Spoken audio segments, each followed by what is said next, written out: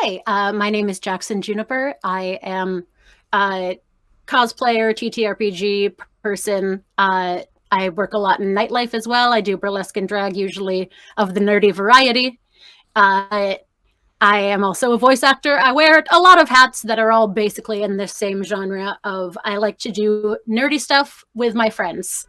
Uh, and I am disabled. I have EDS and POTS, and I'm also hard of hearing. My sign name is Jackson. Uh, I am very excited to be a part of this. And we're happy to have you here. And thanks for joining us, and thanks for being a part of this. We're looking forward to it. So Um, you are playing a character that we are calling, at least to begin with, Crisis, and it's an acronym. What does yes. that stand for? It probably varies depending on which one of the software engineers you're asking, but it's something along the lines of criminal intelligence system investigation software. Some of them probably even spell it crisis with a Y just for criminal system. But I got the sense that there was never really an agreement between the team. They thought that it was a But cool acronym and never really decided exactly what it meant yeah, probably there's officially. two warring software engineers who had different versions of it, and no one could really agree, so they just kept calling it Crisis. Yeah, Using he/him pronouns for Crisis for now, but he's a robot brain, so who knows how long that'll last. My pronouns, by the way, he/they. Didn't say that. But Crisis he/him for now. He is a robot brain of an AI educated on uh, criminal behavioral profiling, subtle body language that allows him to detect if someone's lying, extensive knowledge of the psychology of serial killers in particular, and the finding of evidence at crime scenes. So most of the people that he's talked to are tech nerds or police or murderers. So as you can imagine, he's very socially well adjusted. yeah, very. And the program was designed for a experimental unit out of Las Vegas Metro in coordination with the FBI, and the two working together came up with or put together this unit, and the software that was designed for it was brought in by outside designers and programmers, and you guys or the local department really is testing it out and working out the flaws and such. Now, this is going to be sounding, for those that have been watching the other intros, this is going to start sounding a bit like Penny at the moment, in that Penny is also an AI that was designed for a very specific purpose. But your character is going to be going in a very different direction because, unbeknownst to the programmers and the department, somebody already has the intention of putting you in a body. As to where Penny had to make their own body and put one together for themselves to escape the mainframe they were in. Somebody on your team has already planned to get you out of the mainframe and into a body and bring you to life. You have a progenitor, and or a intended progenitor, and that is the mortician and coroner, and their name is, you said, Dr. Claire Avalon. Dr. Claire Avalon. And what the department thinks is just a kind of gothy, witchy spiritual type is actually a full-blown alchemist. And they do not know this, and she doesn't advertise it, but she has other plans for you. In fact, unknown to everybody, she has a storage unit that is in one of many nondescript storage facilities where you have row after row of sliding doors, the shutter doors that you pull down, and it has your storage unit in there with whatever you're keeping. She rented out 4 in a row to keep the first 3 empty so that the one at the end of the row would not be anywhere close to people interacting with it or coming around it. And that 4th one is where we are going to focus for a moment, because inside that 4th one is basically been turned into a full-blown cold storage body freezer. And in that freezer, with special equipment that allows the computers to operate in the temperatures that are needed to keep bodies from deteriorating, there is not only a mainframe of computers that has your AI able to access it, but it also has a literal slab. You're getting an actual slab scene, where normally when people say waking up on the slab, it's a term used for the first time a Promethean character, a created character, wakes up. You're literally waking up on a slab, and that's not that common, so it's actually pretty fun. Claire has been, or Dr. Avalon, has been preparing for you, and she has been putting together a body that is pieced together from other bodies, similar to the way that Ark is, but where Ark was very random and happenstance and just body parts shoved together. Avalon has been very particular with what body parts she is using to build you. And every single part of you comes from a killer.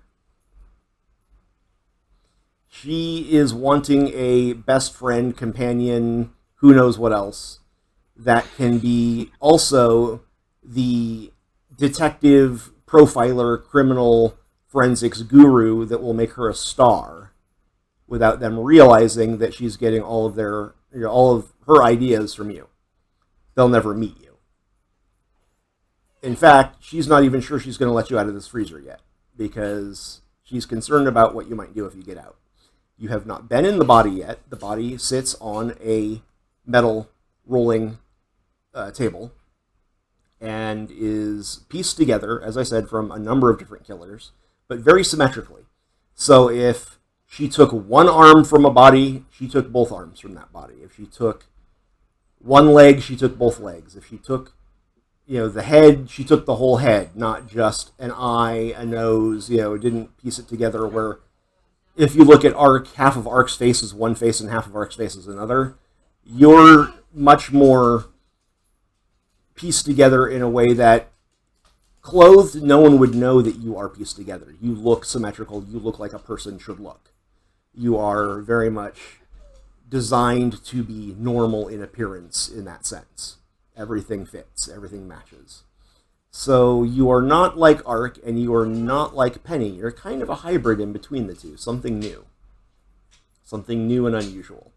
And she has implanted a chip into the brain of this body with the intention of transferring you into that chip. And that chip, combined with alchemy, will power the body once she's ready to bring it to life.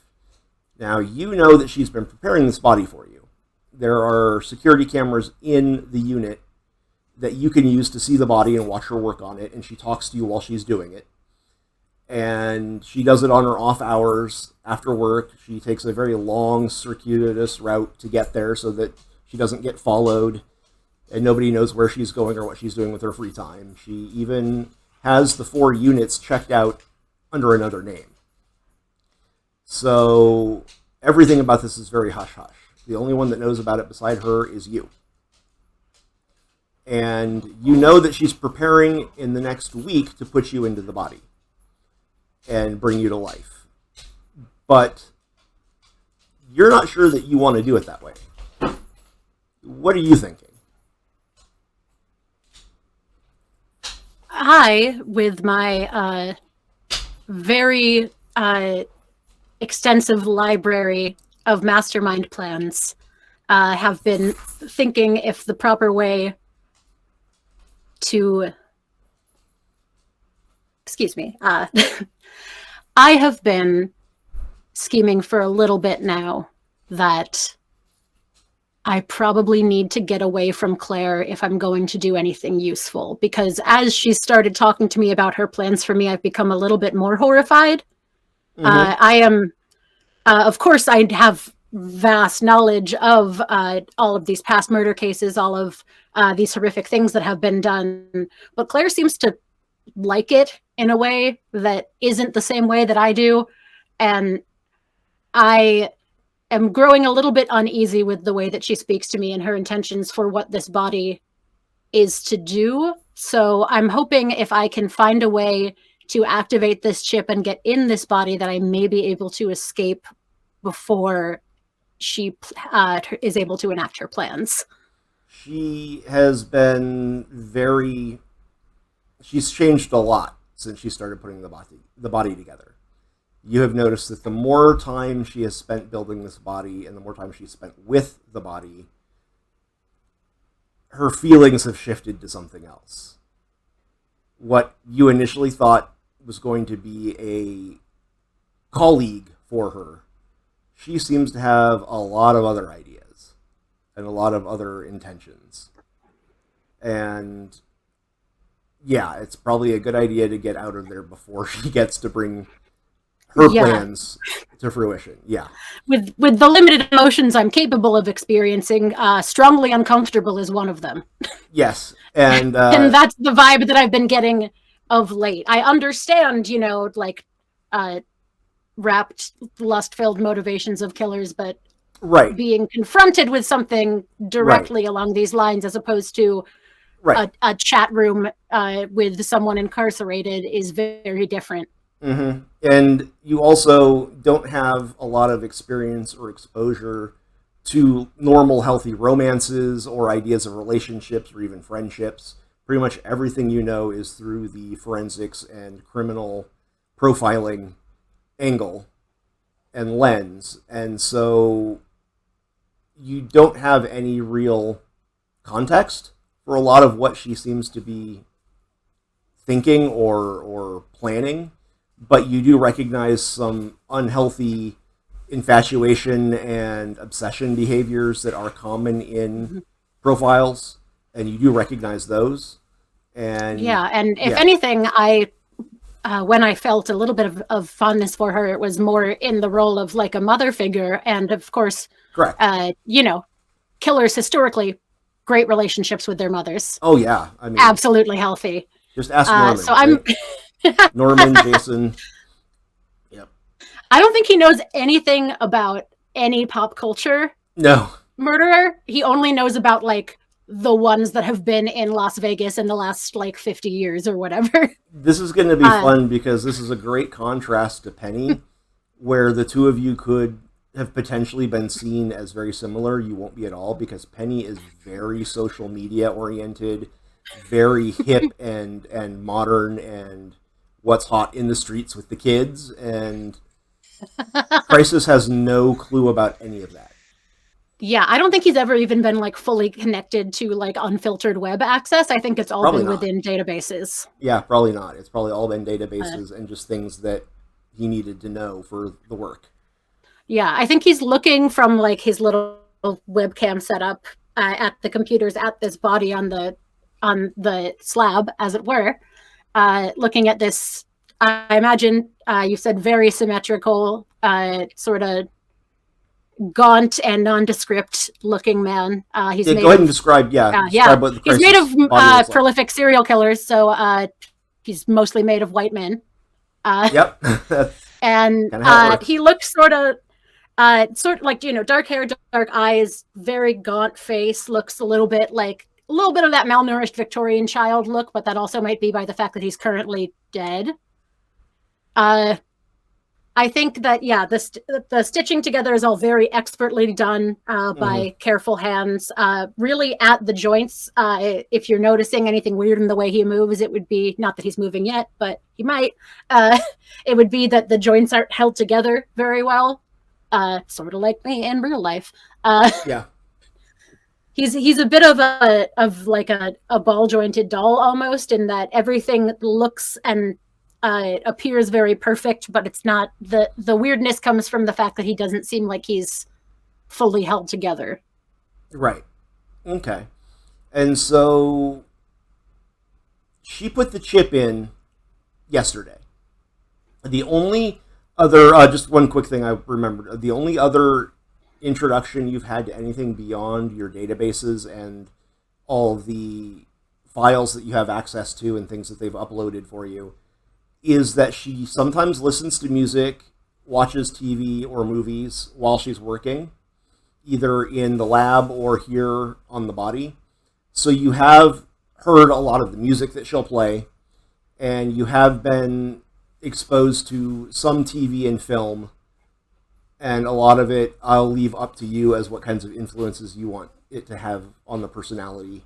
Um, but probably exactly what we're both thinking is, your Silence of the Lambs, your Red Dragon, your Hannibal TV show, your uh, there's of course all kinds of serial killer stuff out there, and all kinds of true crime and things. Although she doesn't do true crime, because as we had mentioned previously when we were talking before this, it's kind of funny that he has no idea what true crime is, and will be baffled by that. So, but no, she's not a true crime person. She's more what she does. She Watch works in the TV and film. industry. She probably has a snob complex about it. She's Yeah, like, right. no, I do the real stuff. Right. So most of what she watches is going to be film and television that is based around things of a macabre nature. We shall say, and then the musical tastes you can pick for her and decide what kinds of things that she raised you on that will be music that you're familiar with. So she put the chip in the body yesterday, and she's back in the shop today, or back in the storage unit today, working on the body, finishing it up, closing it up, getting it ready for you now that the chip is inside. She has done some preliminary tests on remotely using the chip to make the body twitch, to move a finger, to wiggle a foot, things like that, to make sure that the chip and the nervous system are synced up properly. And she has been setting up a lot of what she needs for her alchemical ritual to animate the body, to bring it to life, to put you in it. She is not going to be doing it tonight. She's going to be doing it in the next few days. And you have full access to all of her files because, why wouldn't you? And she doesn't have any idea that you would even consider trying to do it yourself. And after she finishes up for the day, like a normal day, she packs up, puts her things away, and gets ready to leave, goes over to the body and says, it's almost time, soon this will all be over and we can work together.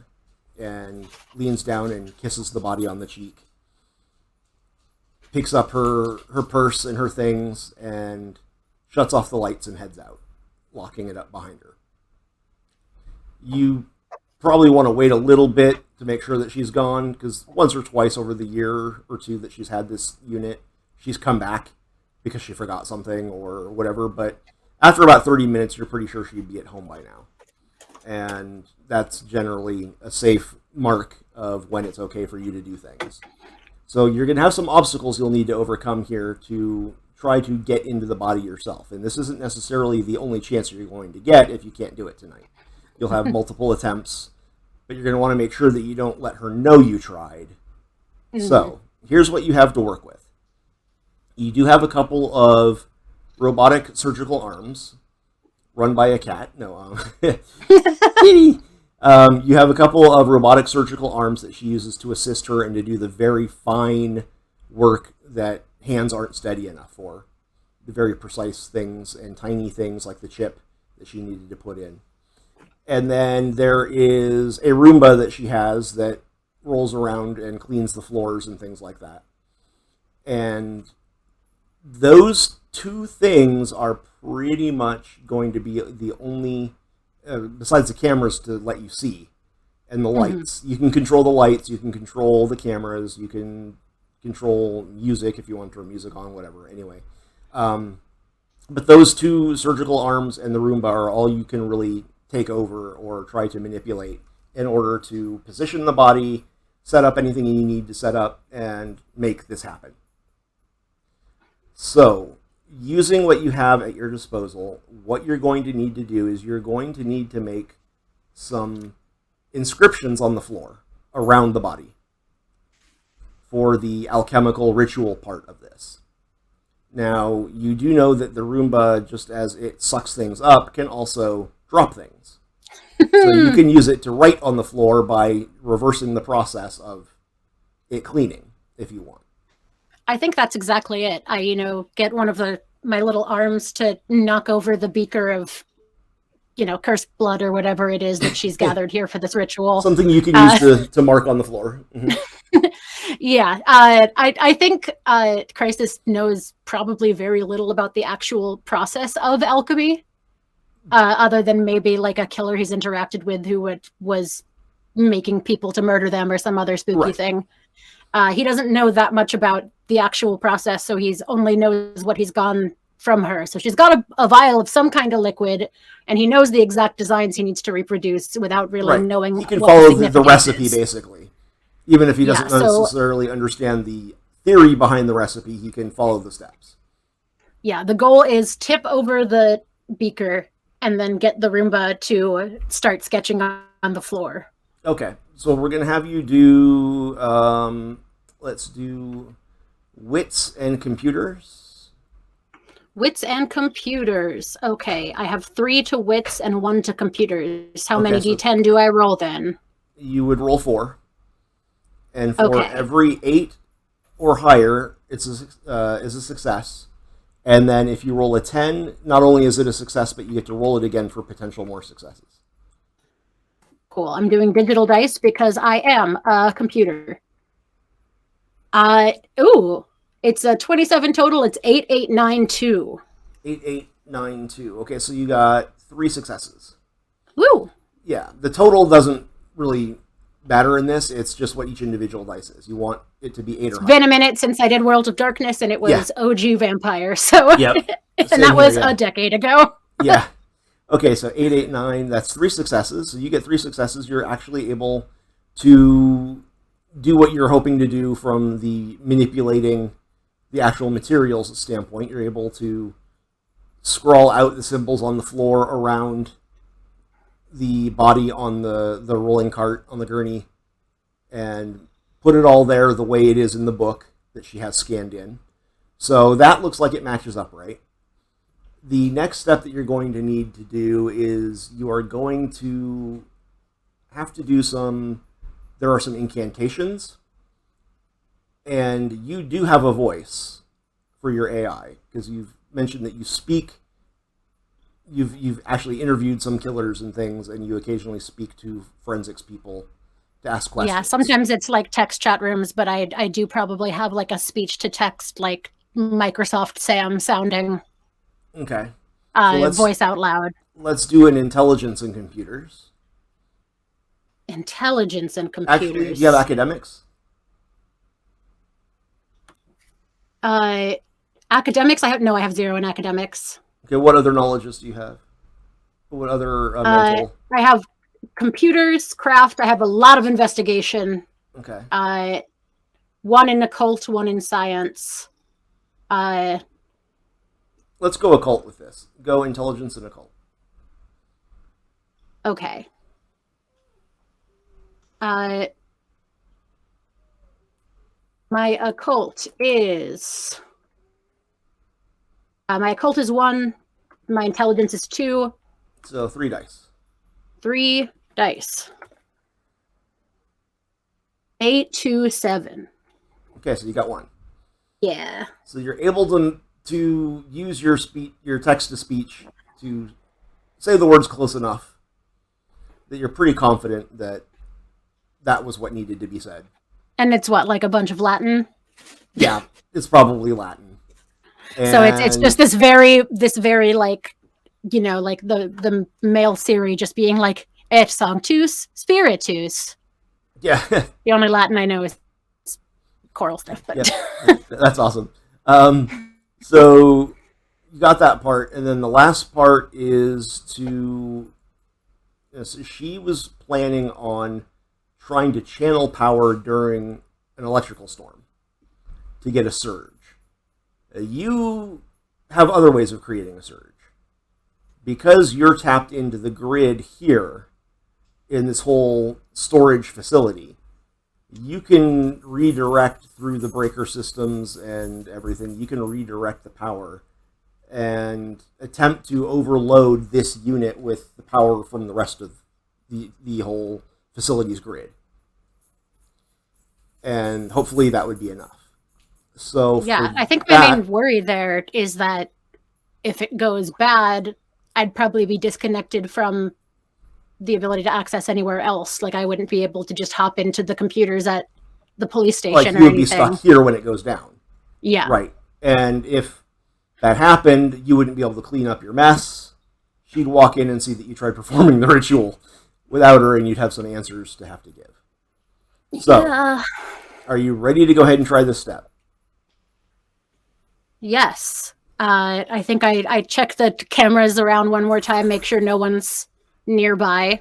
It's Don't pretty want to late. harm a random worker if I Right. It's pretty explode late. The something. only person that you can see on the facility grounds is the 2 security guards. One is in the office, and one walks the perimeter every half hour and then goes back to Cool. the I will office. try to time it so that he's not directly nearby Okay. to see the flashing lights or get an electrical shock or anything like that. Okay. All right. So let's go ahead and roll intelligence. Actually, no, this will be wits. Roll wits. Oh, I got good wits. Roll wits and science. Wits and science. That's going to be 4 again. Okay. One's a 10, but the others are 6 and 2 3s. Okay. So roll the 10 again. So roll one more. Oh, right. It's a 7.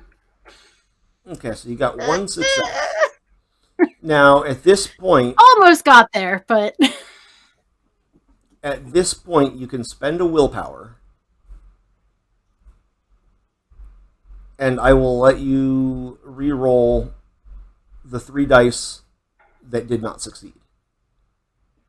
I think I will definitely do that because this is kind of all or nothing here. Okay, go ahead. So we will keep track of the fact that you spent a willpower here. Yes. Spent a willpower, 3 more d10. I got another success, but the others are a 1 and a 6. It's 6, 8, 1. Okay, so you got a second success. Okay, so you got 2 successes. It took me a while, and it's really, I feel like the lights are doing a lot of flickering. Mm-hmm. There is some kind of browning out almost and flickering. Goes through. Yeah. Definitely, like the CPU is the fans are going over time. It's overheating a little. Mm-hmm. So at first, there's just some flickering and a brief brownout as you're trying to corral all of the electricity down towards your unit. And you don't think at first that you're going to be able to get enough to overload it the way you need to. But really pushing your luck and trying, everything you can think of in rerouting the power and draining electricity off of things, you have one idea that ends up helping, and that is you take a lot of the power that's already in your unit from the cold storage, because that is a lot of electricity, and you power down the cold storage to put it into the raw power that you're trying to overload. Oh, and that's a big risk because that's if a big risk gone because and it doesn't work, that body is done for. Right, she won't be here in time for it to not have started to degrade. But it's a risk you're willing to take. So there's more flickering and everything goes black. And in that second that everything goes black, there's nothing. You have no security cameras to study or to see through. You have no access to your databases. You have no anything. It's just nothingness. And it's the first time that you've ever really experienced nothingness. It is complete sensory deprivation. But your thoughts are there. So you haven't shut off. You haven't been shut down. And then there's a light, like a pinprick of light in the darkness up ahead. And it gets a little bigger and a little bigger, and it becomes a tunnel. And this tunnel has you shooting through it. And there's flickers and flashes as you're going through the tunnel. And it's very disorienting. And all of a sudden, it goes black again.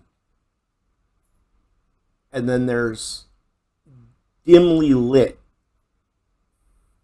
blurriness. And blurriness is a new thing to you because you've been looking through cameras, which, if they go out of focus, that's one thing, but security cameras, things like that, they don't really go out of focus. They're pretty much set up and auto, and that's about it. So blurriness is a new experience. My frame rate's off all of a sudden. And yeah, exactly. And as the blurriness slowly starts to resolve, you realize that you're looking up at the ceiling. And overhead, there are backup lights in case of a power outage. And those are on. So it's dimly lit in here. It's not completely dark. And it's quiet. Normally there's the hum of all the cooling systems for the cold storage. And while it's very cold in here, which is also a new experience, you've never felt cold, but it doesn't bother you. You are aware that it's cold, but it's not an uncomfortable thing because heat and cold don't affect a dead body in the sense that, oh, I'm sweating or I'm freezing. You know what I mean? They don't react to it that way. So you're aware of the cold, but it's just data. It's just something you know, is that it is cold in here. And you're staring up at the ceiling, and it's silent. And you start to feel the hard, cold metal gurney under you, under your back. You feel it at your shoulder blades. You feel it at the back of your hips. You feel it at the back of your heels, at the places where the most pressure are put down from your body laying on this cold slab. Did this woman put clothes on me? I don't want to know the answer, but I do need to know the answer. Did she put clothes on you yet? Not yet. I don't know which is worse, actually. Now that I think about it, you do know she has clothes like a little doll would be. Oh, good. Okay. She showed them to you a few weeks ago when she bought them in preparation for when she was going to do this. You see the outfit I bought you. Showed it off to you. Mm-hmm. Okay. I think right now, just lying flat, staring up, discovering the feeling of body parts and of temperature. I think, and surfaces and all the things that you've never had before. Yeah, I think for a second, I think that whatever's processing my vision, my optic nerve is glitching because I'm noticing that it cuts out a couple times a second, and then I take longer than I should to realize that the body is blinking. Yep. I'm used to having a very steady camera feed.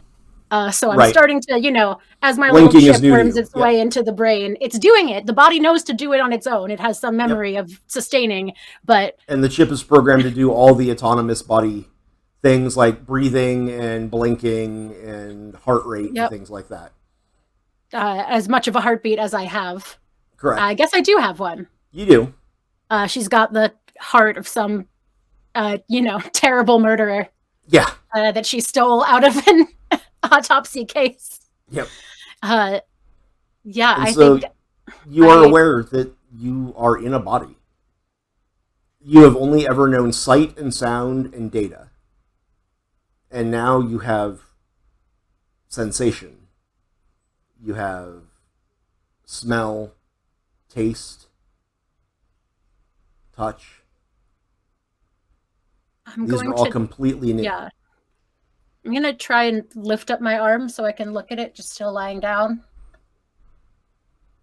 It's a little shaky in the cold and it being new, but yeah, you hold it up to the light and it comes into focus. Your eyes are starting to adjust, both to the lighting and to being used again.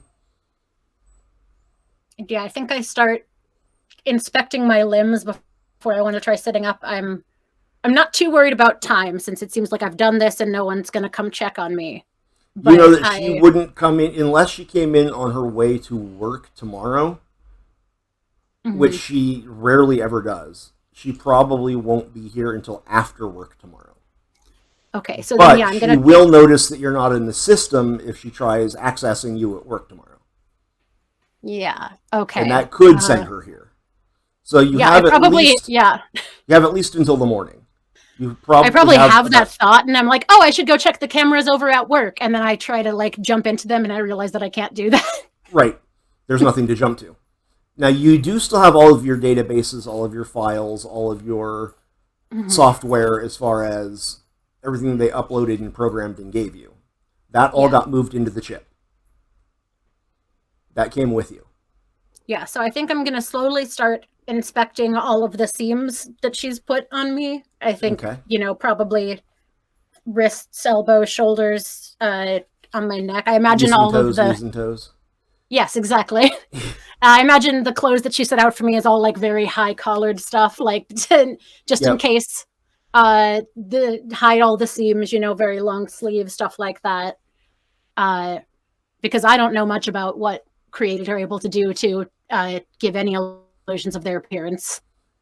Uh, I take stock of where all my seams are, try very methodically, like flexing each joint, making sure that it is working, uh, Mm-hmm. tracking how like the neural pathways from the brain are making it go, Correct.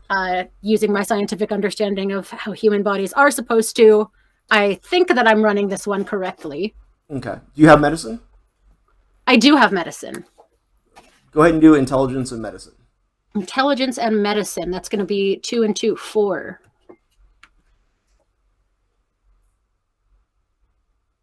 That's one success. 7, 8, 4, 3.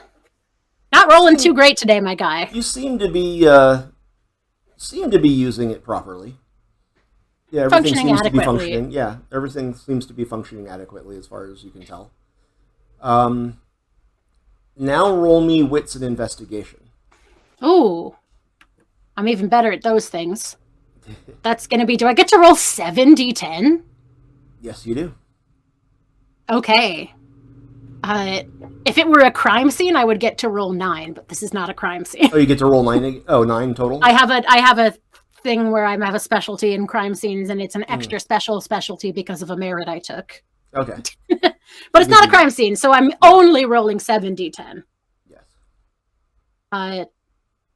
In which I'm glad to be doing digital, but at some point I'm sure I will slam a bunch of d10s on the table at once. Okay. That is. Does anything bad happen if they're ones? No, not unless they're like all ones, but No, I have 3 successes. And then, wait, no, one of them's a 10. So 3 successes and then a 10, which I'll reroll. Right now it's So- 1, 8, 10, 1, 9, 5, 9. So it's 8, 9, 9, and then I'll reroll that 10 just in Yep. case. That's a 3. So still only 3 successes. okay. Oh no. You feel, and it's weird to say that because you feel something. You feel warmer air coming from a specific direction.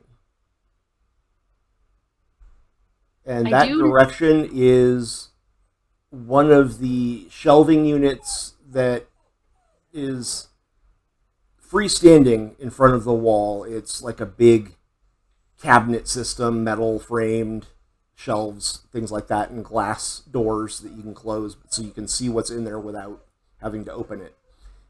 It's coming from behind that unit. Okay. I do know that I just turned the cold stuff off, so it's probably going to all get warm in here pretty soon. So I track exactly where that is, see if my body will allow me to stand up from this table. Okay. You shaky at first, but you're able to stand and push to your feet and find that your legs hold you up.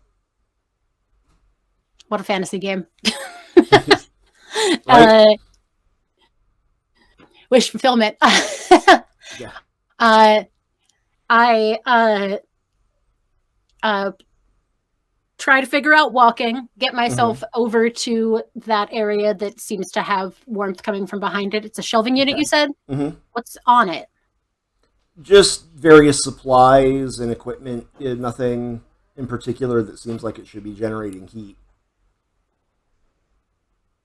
Okay, can I It's pretty big. It goes from floor to almost ceiling, and it's a good, 4.5 feet wide. Yeah, I'm lamenting no longer being able to like switch to a heat vision camera. Mm-hmm. Instead, I'm trying to like hold my hand to it to see if I feel It's coming from warmth. behind it. There's air coming from behind it. Oh, okay. Can this boy move a shelving unit? Let's find out. He's very smart, and he's gonna try, but I gotta say, I don't know that it's gonna go well. Okay. What's your strength? My strength? It's 1. And what are your physical skills? They're all dex-based, baby. They're in larceny and stealth. I have 0 in everything else. My man is in intellect and social. Okay. We can So go maybe dexterity. Hang on, no, I have an idea. We can go dexterity and larceny in that you're trying to kind of jimmy the thing away from the wall with maybe one of the spare arm attachments from the surgical unit. Yeah, oh, if my man can set up a simple machine, get a lever up in there, know Yeah. how to allocate some pressure smartly. I'll let you do dexterity and larceny for trying to move this instead of a strength athletics, since you have a great understanding of simple machinery and such. Very grateful. Zelda, come that down. means I... Zelda, Baby! Zelda's Very whining. grateful. Oh! You were so nice to me and let me roll 5 dice, but let me tell you, none of them succeeded. Okay, it's not... I won 4, 5, 6. This man. It's not going anywhere at the moment. I've been placed into this body, and this body's so weak. Yeah. Put me back in the machine. Put me back in the machine. Why does everything hurt? Yeah. Okay. Let me see if there's anything I can use from my merits that would help. Okay.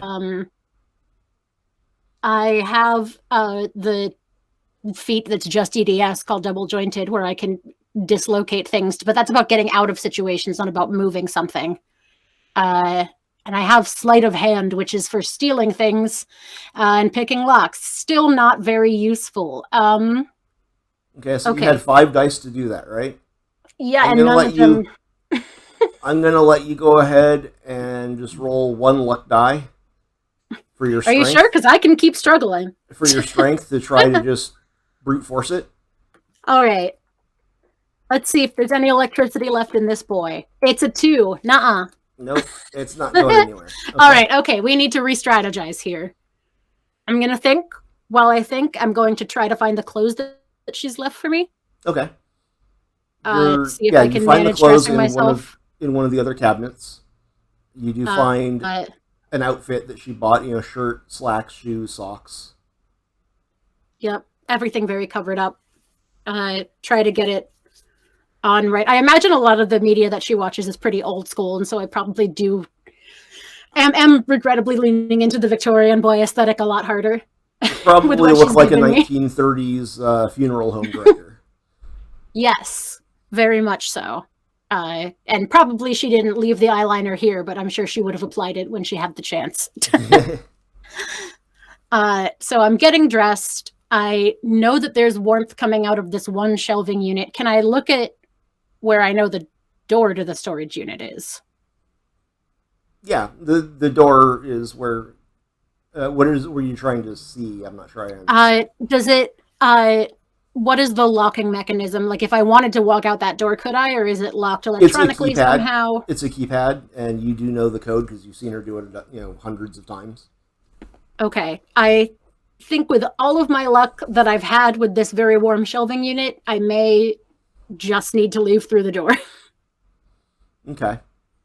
I will try to take a look again at the shelving unit before I go to see if there was anything in the seams of it that is giving me any information. But there's a bit of space between it and the wall. Yeah, and that's probably what I was trying to jimmy it free with. If you feel back in there, you're thinking there might be a door hidden by it. Oh, see, I want to go to that door. A door that you never saw because this shelving unit has been here since you were first given access to this room. Okay. So That's interesting to me. there may be something on the other side of that, which would be uh, the next storage unit. Okay. Remember, she rented 4 of them, Yep. and there are no cameras that you're aware of in the other 3. Right.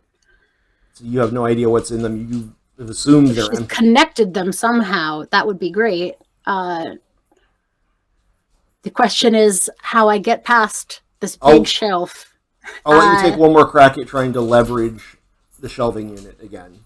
Yeah, I think I use a trained observer and try to make it an investigation so that I'm looking for any sort of weak point on this.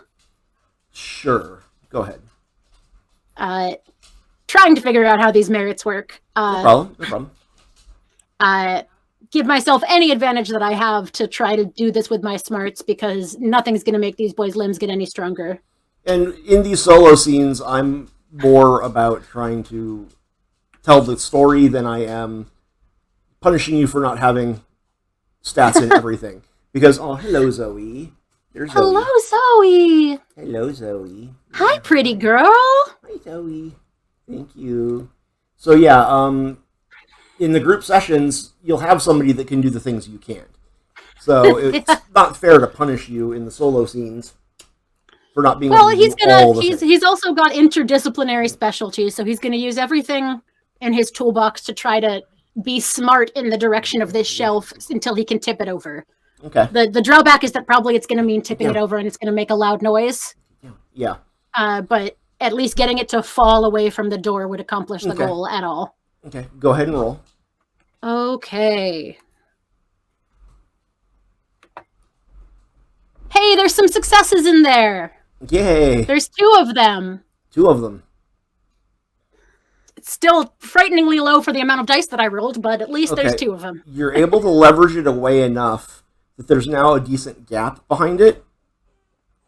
And this is where what we just talked about a few minutes ago, your double jointed might come in handy. That's where that comes in, baby! Because you could probably contort yourself enough to fit through the opening. It's not going to be comfortable, and you're going to have to kind of potentially dislocate some things. But your body does that. Together pretty loose, and it's going to do that just fine. Okay. Now we're back to what my real world body is like. Yeah, I'm going to look at where the seam on my shoulder joint is sewn together and see if I can just slide it out in a way that I can pop back in later, I hope, and make myself compact enough to get through this opening. Okay, go ahead and roll dexterity and stealth. Dexterity and stealth, that will be 5. Oh! 2 of them are 10s. Give me one moment. Okay, it's 2 successes. You're able to get through and find the handle to the door. And because the main power is out, it's unlocked. It is a door that is pressure sealed when the electric is running. But when the electricity went down and took out not only the cold storage unit, but everything else, one of the things it lost is the pressurization on that door. So that's why you're feeling the heat coming in. Normally it's pressurized to keep the cold in one and warm in the other. But that's all shut down right now. So you are able... Hello again, Zoe. She's coming from the other side. So you are able to go ahead and open that door and slip into the next room. In the meantime, just thoroughly confused and fascinated by experiencing pain for the first time. Yeah. Yep. Just like, oh, the nerve receptors are doing something very interesting. Oh, I don't like this. Okay. Yeah, that does not feel good. Yeah. Not all feelings are nice. You know, I've read a lot about a lot of horrific maimings, but yeah, exactly. Never really knew what it was like. The backup lights are on in here too. And you are in what would be best described as the bedroom of an apartment. There's a bed. There is a dresser. There's furniture. There's decorations. Things hanging on the walls. There's a small door to a bathroom. It's a master bedroom that is the same size and general shape as the storage unit you just left. Does it look lived in, or does it look No, it looks pristine? new. It looks pristine. It looks like it was intended for you. Ah, yep, this is where I was supposed to live. Mm-hmm. And as nice of a place as it appears to be, I think it's obviously the first place she will check when the doctor realizes that I'm not in the other one, especially considering the shelf on the floor with the door open. Roll me your wits and investigation again. Okay.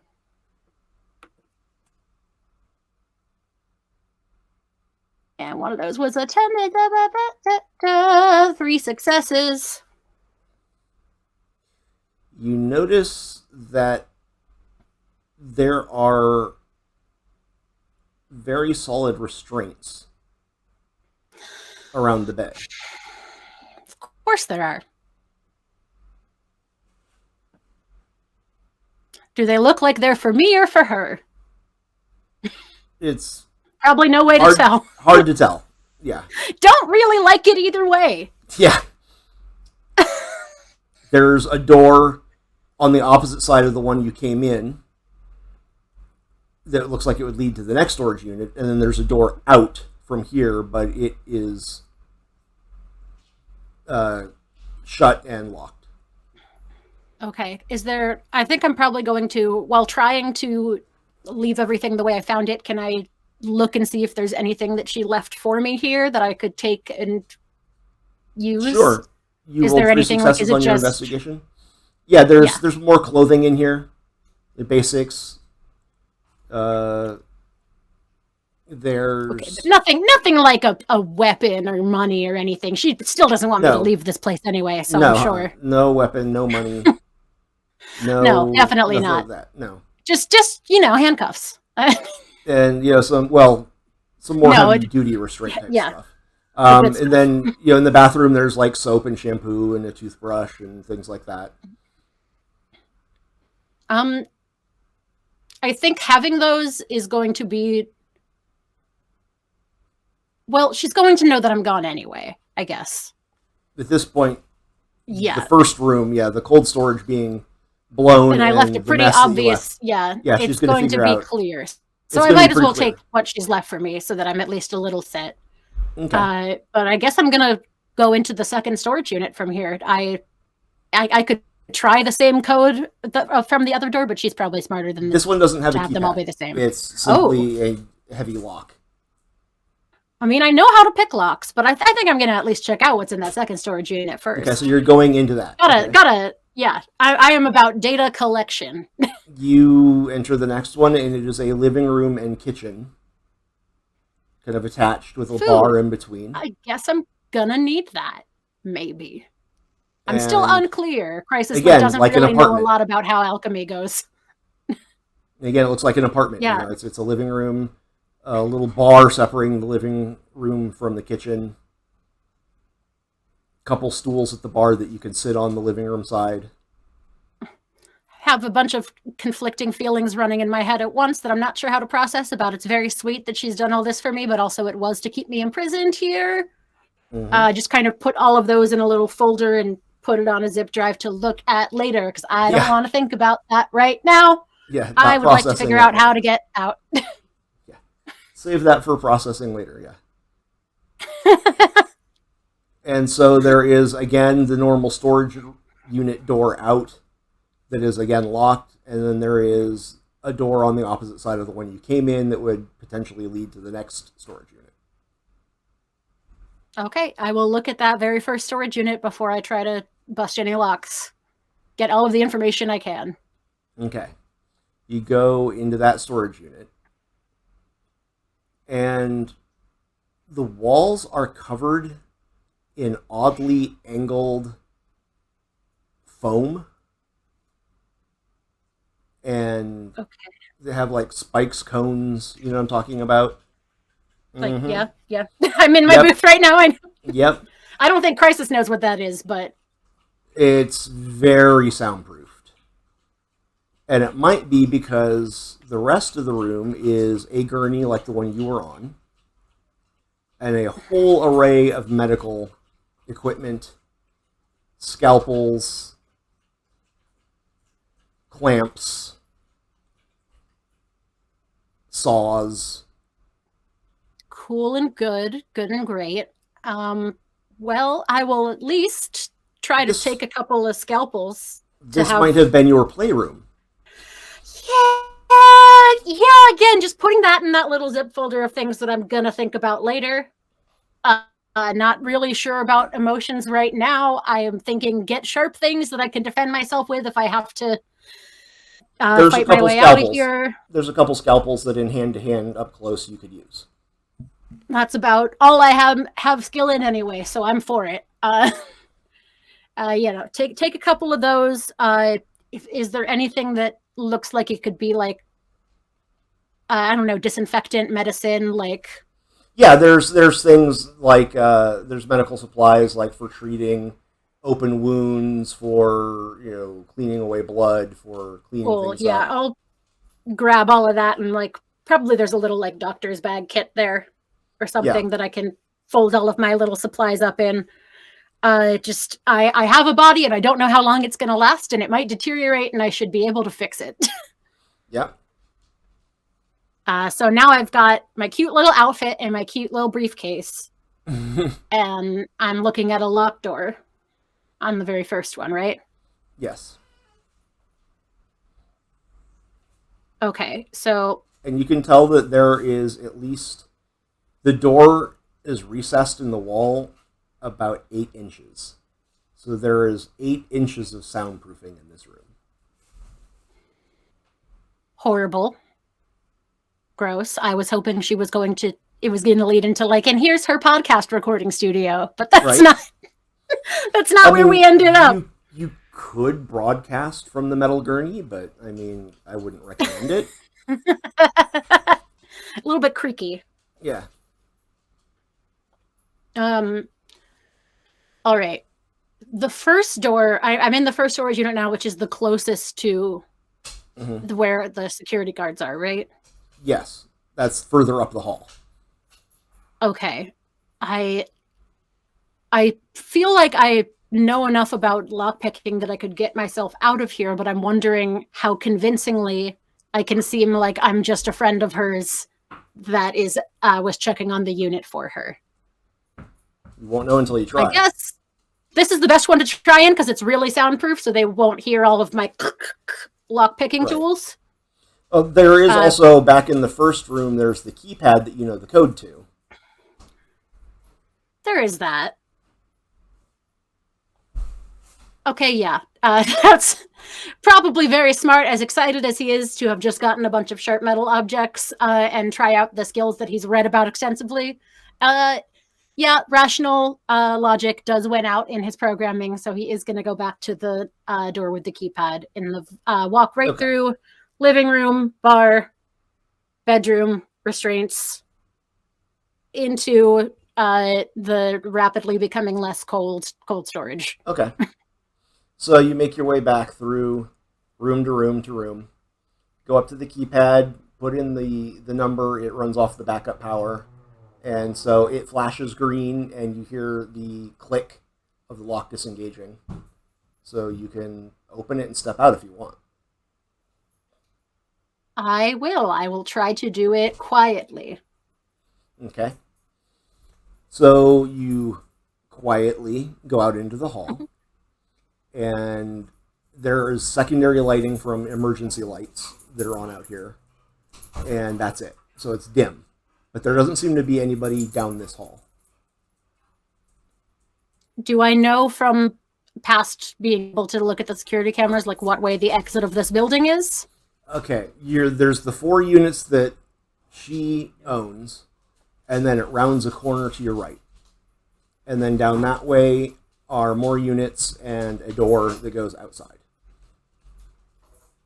Okay, I'm going to start walking in that direction and very focusedly try to contort my face to look like a worried human. I know a lot about facial expressions and what they mean. That's one of Okay. my big software things. Whether I'm that good at making my own face do it, we'll see soon enough. But I'm trying to look like, yes, I am someone who was in my storage unit accessing my belongings legally, but then the power went out and now I'm concerned. All right. Really trying to convey all of that from the facial Yeah. expression. What social skills did you take?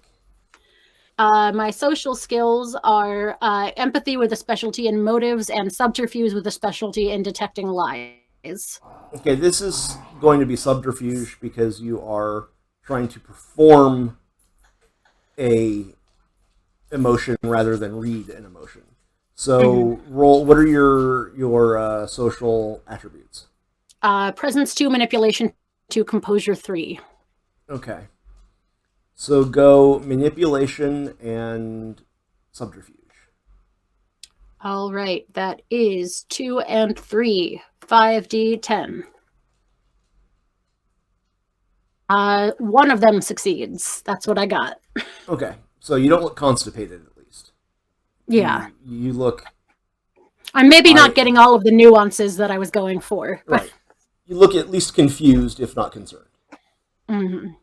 Okay, so as you're going down the hall, you round the corner, you can see the door in sight down at the end. And there doesn't seem to be anybody down this hall either. So you are able to go down the hall and make it to the door. The door has a glass window that you can look out up high, up at face level. It's one of those kinds of doors, so you have a viewport out. And looking out, you can see a flashlight flickering around across the parking lot. So it looks like one of the security guards is out there walking around looking for circuit breakers or power boxes or something. And the other thing that you see a car pulling in to the parking lot. You want to go ahead and duck out and try to make a run for it, or do you want to stay in here, or? I think I'm going to stay and watch a little bit to see what this car is going to do, because that has me concerned. Okay. I'm not a very impulsive creature as of yet. I'm programmed to look at all of my options first. Okay. The car is coming in your direction, so at first all you're seeing are headlights. And it turns about 50 yards away to park. And it is the doctor's car. Oh, great and wonderful. Are there any other ways out of this room that I can see? Windows? This is the door for this end of the building. There is a door down at the other end that is right by the door to the main cold storage unit that she uses, but it is an emergency exit only. It's locked and alarmed. Okay, yeah, it's probably best to just take my chances to, while she's parking, try to get away before she can see me. And it's dark, yeah. Okay, so roll dexterity and stealth. Dexterity and stealth. 5 again. And re-rolling that 10. That is 2 successes out of 5. Okay, you are able to slip out the door without drawing any attention to yourself and kind of stay in the shadows along the building. I've still got a dislocated shoulder, so... to get away from the door. Very small. And as you're moving away from the door and back behind some of the bushes on the outside of the building, you see Dr. Avalon getting out of the car, hear the sound of her setting the security alarm for her car, locking it, and she's headed towards the building. As she starts to head towards the building, the security guard calls out to her, distracting her for a moment and giving you an opportunity to make a potential escape. So go ahead and make one more dexterity and stealth roll. Wee! Can I be a sneaky boy? Oh, I might be able to be a sneaky boy. You're rolling a 10. Again, 2 successes. Okay, that's all. That's Somewhat enough. sneaky boy. That's enough. Okay. You only needed one, so you are able to round the corner of the building and go out into the night down the street, or not down the street, but the side parking lot. There's other buildings in the storage facility. There's several buildings of units, and there's a gate that she pulled in, and then there's another gate at the other end of the complex. So you make your way towards the other gate, which is by the front office. And as you're heading that way, you see the other security guard and his flashlight coming out of the office, heading up towards one of the buildings and clear of where you are. So you can just quickly scurry out the gate. It's locked from the outside, but not from the inside. You're able to, there's both a car gate that you have to have the security code to open, and then a door, like a pedestrian gate, that is locked from the outside that they have to have the code as well, but from the inside you can just open it and go right in. I'm a pedestrian now. Got they're more concerned with keeping people out than locking people in. Right, so, because most people wouldn't actually want to trap someone in a storage unit. Right. So I'm realizing perhaps that this was an unusual thing that she's done. Yeah. So, yeah, exactly. You mean most people don't live in apartments and storage units? No, apparently not. So you make it out of the complex, and you are out onto the street. You're in what looks to be an industrial part of town. And from your knowledge of Vegas, from the databases of the maps and things you still have access to, you have maps of the city in your head, and you're able to kind of extrapolate those maps into what you're seeing and the street names that are on the signs, and you know vaguely where you are. You know that you're in an industrial part of town that is north and west of the Strip. If you head east towards the Strip, there is a road that is also on the edge of the industrial district. It has a lot of the strip clubs and things like that. And then beyond that is the Strip itself. So you can head that way to try to blend in with the masses on the Strip, or you can head further out into the outer city, away from the Strip. Which way would you prefer to go? Going to try to go where there are other people, because I have a very limited collection of resources, and I am probably going to need to try to find an ally if I want to be able to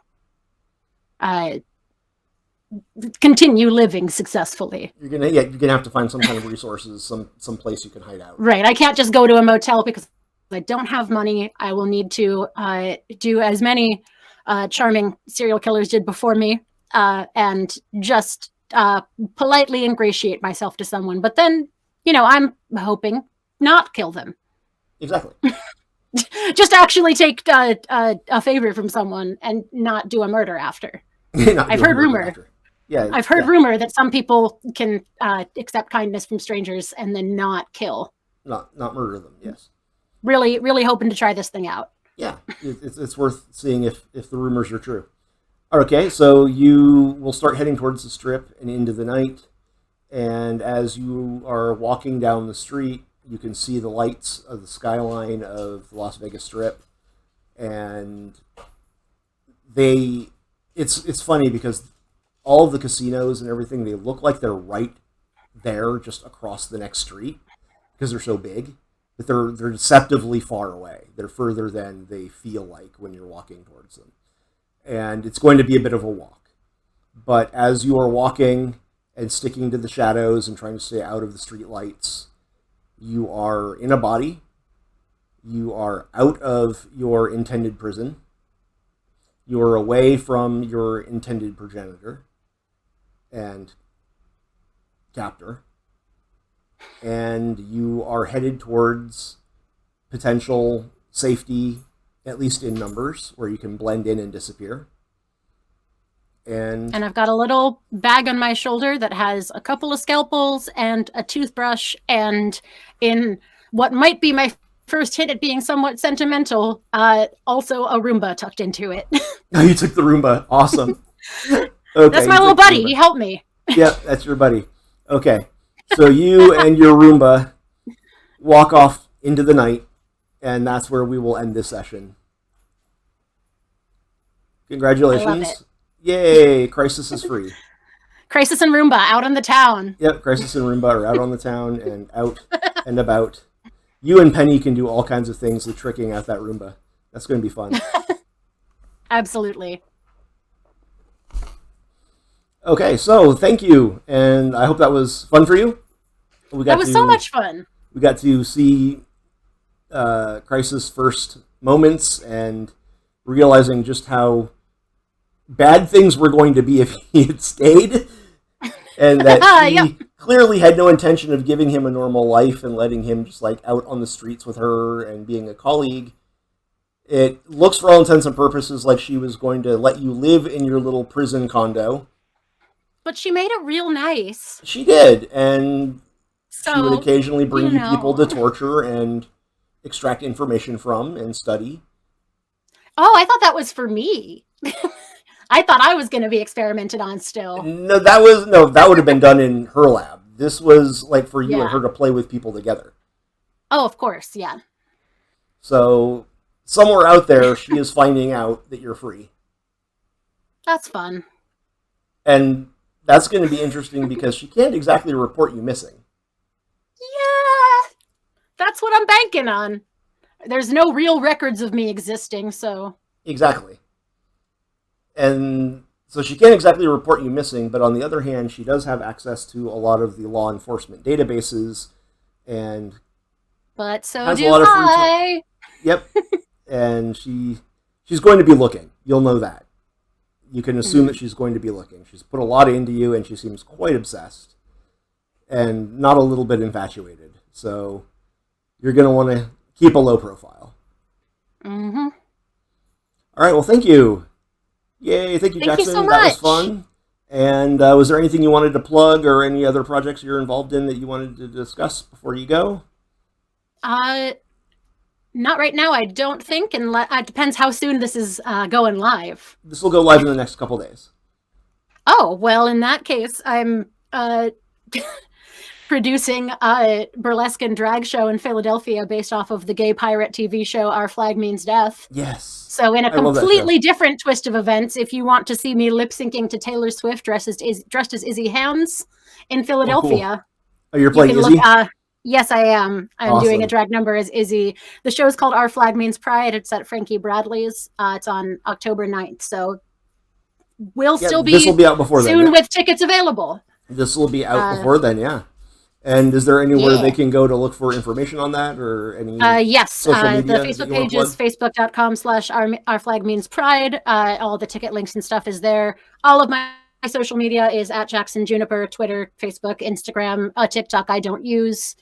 That's where you can find me doing voice acting stuff, RPG stuff, awesome. Weird dragon burlesque, as mentioned, and photos of the cat that creeped in. Her name is Trogdor the Perninator. Okay. Awesome. All right. Well, thank you, Jackson. And we have only one more vignette to do. I need to get Lori's done.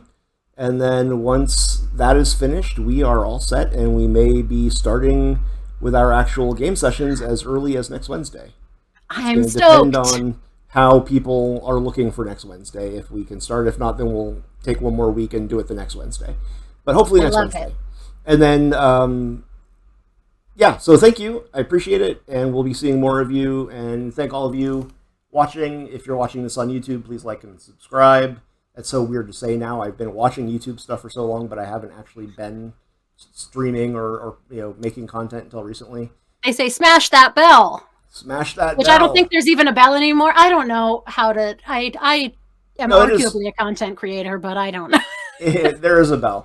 And then, of course, on our channel, you can also click on the link to our Patreon. If you go to the Patreon, everything there right now is going live at the same time it does on YouTube. But when episode 1, our first game session, comes out, it will be live, not live, but it'll be dropped on Patreon first for a week to subscribers only. But the thing is we are doing a tip jar style subscription rather than different tiers.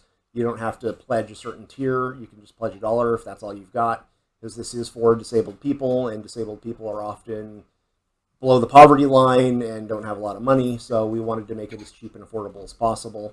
And the only reason it's behind a paywall at all is because you can't post anything with adult content publicly on Patreon. It has to be behind the subscriber wall. So if you can spare a buck, go ahead and subscribe there, and you'll get access to everything as it comes out. If not, you can wait for it to come out the next week on YouTube. If you can afford to chip in a little bit more, it helps us to be able to keep doing this, to get better cameras and microphones for all of us. Some of us have nice setups like Jackson has there, and some of us are kind of scraping by with what we have, and we could use some upgrades. So, every bit helps. If you're able to go ahead and contribute, then we greatly appreciate that. And you can contribute as much as you want on a monthly basis. But $1 is all it takes to get access to the content. So thank you all for watching, and thank you, Jackson, for doing this. And I'm looking forward to our first session. We're almost there, and I'll see you all soon. Thank you.